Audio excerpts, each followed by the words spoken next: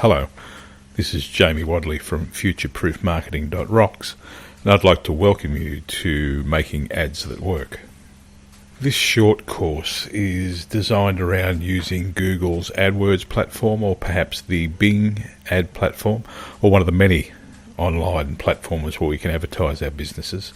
So I won't get too specific about each individual platform, but try to talk at a slightly higher level to give you more of a 30,000 foot view of what you should be trying to do to make your ads more effective.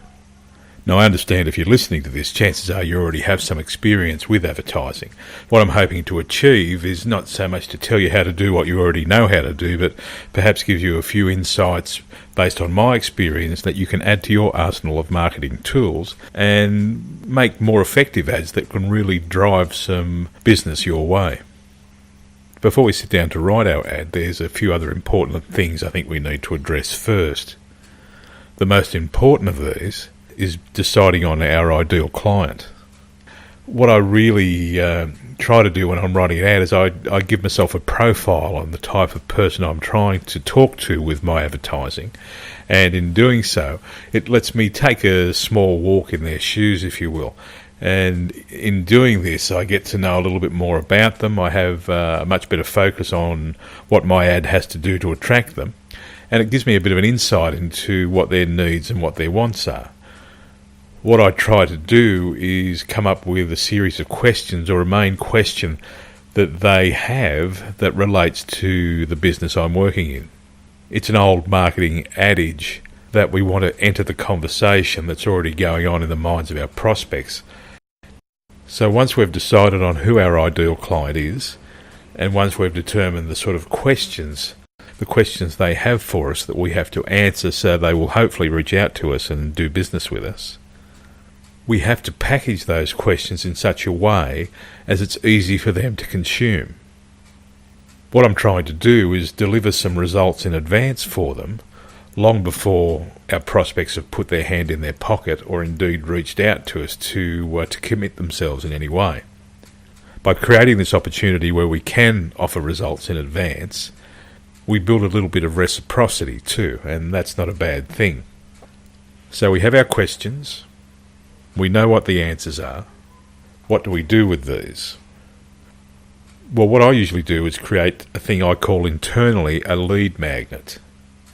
What I want to do with the lead magnet, I want to provide our prospects with the opportunity of having the questions they have answered. Now, our lead magnet can take many forms. It can be a video, it could be an audio, it could even just be a simple PDF in the form of an ebook or perhaps a white paper.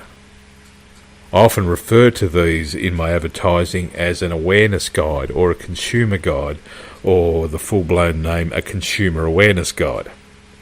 And I found this to be a very effective way to deliver answers to our clients in such a way as we are delivering the results in advance that we've mentioned. Now, this might sound like a long way around creating an ad, but really what we're creating is not just an ad. What we're creating is a campaign. A byproduct of doing it this way is that our return on investment of our advertising dollar is greatly improved. So I'm not going to go into the details of how to create a consumer awareness guide right now, but what I want you to consider is once you've got the questions that these people have in their mind, you have the answers that they need to know. All you have to do is pick whatever means is the easiest for you, and usually a PDF is the one that comes to mind, and they are very easy to put together these days. Once we have our lead magnet created, we want to build a page on our website, or have a page built for us where that lead magnet can live.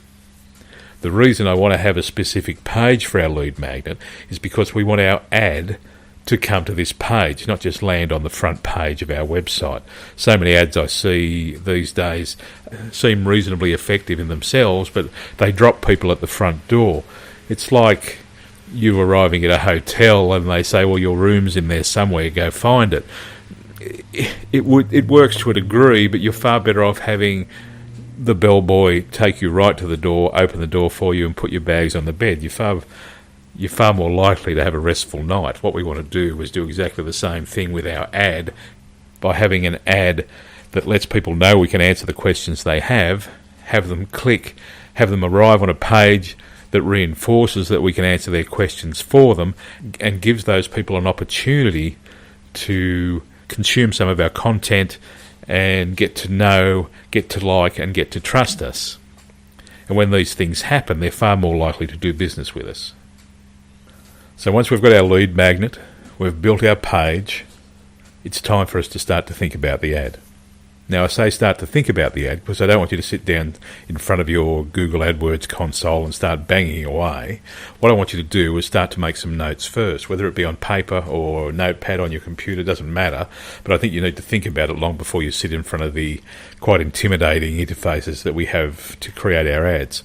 You want to have a clear slate. You want your mind to be unencumbered by what goes where and what button do I press. You want to be more open to being creative and coming up with some good material that will attract our prospects. Now, the most important part of any advertisement is the headline. Common wisdom will tell us that about 80% of the effectiveness of any ad lies in the headline. So that said, we should spend about 80% or a great deal of the effort in creating our ad on working on an effective headline. Now, headlines aren't easy, especially when we consider the length of the headline we have to deal with in most of our ads is about 25 characters, or that's the amount of space we've got at the time of recording this message for you.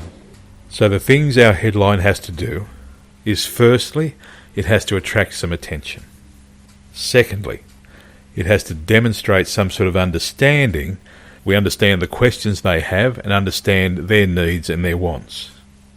The last thing our headline should do, it must let our prospects know that we can provide an answer or a solution to their problems. Now, as I said, headlines are not easy by any far stretch of the imagination, and they are indeed a short course on their own. But the easiest way that I can think of to tell you how to write a good headline is by trying to imagine what would the title of the book your clients want to read be, a book that will have the answers to the things they need to know. What will the title of that book be? I think if you think of things this way, it'll help clarify what your headline should be. Some classic examples of books that have got great titles are How to Win Friends and Influence People by Dale Carnegie, Think and Grow Rich by Napoleon Hill, Lead the Field by Earl Nightingale, and I'm sure you can think of dozens of others. So think about the title of our fictitious book that our clients would really like to read to give them the answers that they want to know. Just jot these down on a legal pad or in Notepad on your computer, and try not to be too hard on yourself. Just jot down the first thing that comes into your mind, and on each line thereafter try to improve upon that headline. Bring a thesaurus into it if that makes it better for you, and just try to get as much punch as you can in those few characters we have to use as our headline for our ad. Now, once you've come up with a headline that you're happy with, I've some great news for you. I want you to go on and create another 3 to 5 headlines based on that one headline. Now, I can see you raising your eyebrows at the moment and say, it's taken me half hour to come up with this headline. How am I going to come up with another 4 or 5? Well, let me explain what I want to do. When we create our advertising campaign, I don't want you to have just one ad. I'd really prefer for you to have about 6 ads to use. All within the same ad group, all using the same key phrases, all using the same key words, but 6 different ads that are competing for the slot. I tend to think of this like having 6 marksmen in our team, all trying to hit a target for us. Now, we're not too sure which of these marksmen is the best shot, but we know if we stick them out in the field and let them start shooting, that one of these 6 will end up hitting the target more often than all the others. What our headlines will do is each one of those will work on our prospects as they arrive, and one of them will become the dominant. Now, it might be the one you've come up with first, it may not be. The court of final judgment with these is not how good we think our headlines are, it's the people who are actually clicking on our ads that will decide. So now that you've got your first headline, go on and create another 3, 4, 5 headlines if you can. Ideally, say you've got 6 ads running, and we'll use that as the basis of our new campaign. Now that you've got your 6 headlines complete, it is 6 headlines, isn't it? Of course it is. it's time to start writing the body copy or description of your ad. The body copy or description of your ad is far easier to write than the headline because we've got a few more characters to play with. It lets us be a bit more conversational, or at least a little bit less cryptic than the headline. But we still have to demonstrate that we have an understanding for our prospects, as well as the capability of being able to help them. Now, the good news here is we only need one version of the body copy at this stage. What we really want to test is our headline. As I talked about earlier, the headline is about 80% of our ad, and really all we're using the body copy for at the moment is to support the headlines we're using. Once your body copy is complete, you may well have the opportunity to use a display URL or a display web address, a fictitious web address that is sympathetic to the message we have in the rest of our ad. Once again, we want to demonstrate understanding. We want to show capability to answer the questions our clients have.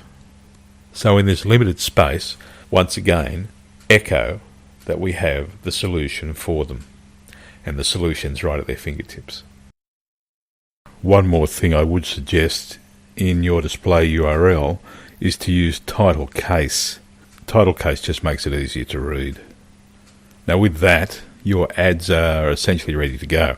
It's just a question of putting an ad group together with your keywords and building your 5 or 6 ad variations and running those ads for a couple of hundred clicks to see which headline finishes up being the most effective. Now with that done, I would go back to your original landing page, the one that you created for your lead magnet, and I'd adjust the headline on that page so it's sympathetic to the headlines you're using on your ads. On your landing page, you want to be sure to deliver the promises you've made in the ad. This will lead to more trust from your prospects and better conversions as a result. Plus, it will increase the quality score on ad platforms like Google. All a quality score is a measure of how congruent your ads are to the page that they're being directed to. You can also turn your landing page into a squeeze page or an opt-in page where you can collect names and email addresses of people visiting your site. I'm currently experimenting with lead magnets with no opt-in, where they can be downloaded without anyone leaving any details, putting a hook at the end of the lead magnet that has an offer and a call to action. I'll let you know how this goes in a later tutorial. This brings me to the end of this short course on how to make your ads work. And while I've only touched on high-level concepts in this tutorial, I hope you can get a few nuggets out of there that you can use right away, and sincerely hope that you get some benefit from some of the ideas I put forward. If you have any comments or any questions, I'd be happy to answer you directly.